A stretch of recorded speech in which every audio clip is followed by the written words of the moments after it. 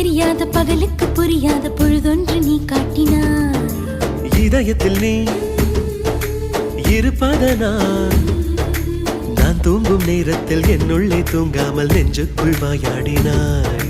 கண்ணாடி நீ கடிகாரம் நான் உன்னுள்ளே ஓடோடி வாழ்வே. காதல் எனும் கடுதாசி நீ என்றென்றும் அன்புடன்